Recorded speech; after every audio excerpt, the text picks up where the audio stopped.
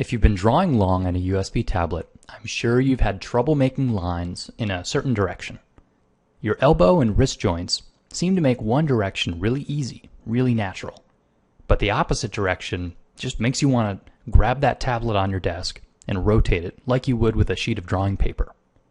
Well, I know this frustration all too well, and in today's video I'm going to show two different Photoshop workarounds to help solve the problem. First off, I know you've been here. You're just trying to get that curve right, but it doesn't work right, so you erase it. Try it again. Oh, maybe you'll undo this time. Try it again. Oh, undo again. Well, there really is an easier way, and it can work in any version of Photoshop. So the way I like to do it is to make a new layer before I draw my stroke.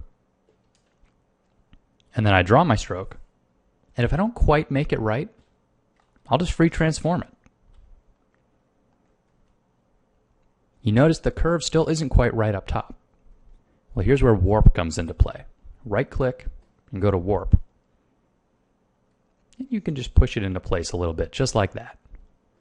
Now it will be slightly destructive. It's not going to be quite as crisp as your initial line was. But how much easier is this than trying 100 times to get the line just right? So you confirm it, and there you go. So I'll make a new layer. Try this curve over here. See, I didn't quite get it. So I'll free transform, and then I'll warp. So it seems like cheating, but you're using digital, so there really isn't a way to cheat. This is just one more tool that Photoshop gives you to help increase your accuracy. And in a lot of ways, it just helps make up for the inherent downfalls that a USB tablet has. It's kind of hard to draw on them, but if you know the tricks, you can avoid a lot of headache. So that's number one. And number two is only available in the newer versions of Photoshop.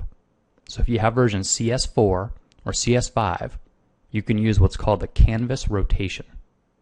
I feel like there should be a drum roll before this feature, because if you've been using Photoshop as long as I have, this is an incredible addition. I've been waiting for it for years. So here goes. I can rotate the canvas, move it around, zoom in, and then draw my line. So in this way, just like the sheet of paper on your table, you're able to naturally move the paper around and to draw lines on the angle that most naturally fits your geometry. So your elbow and your wrist are just going to sort of work in one direction most naturally. And to accommodate that, I just rotate the canvas.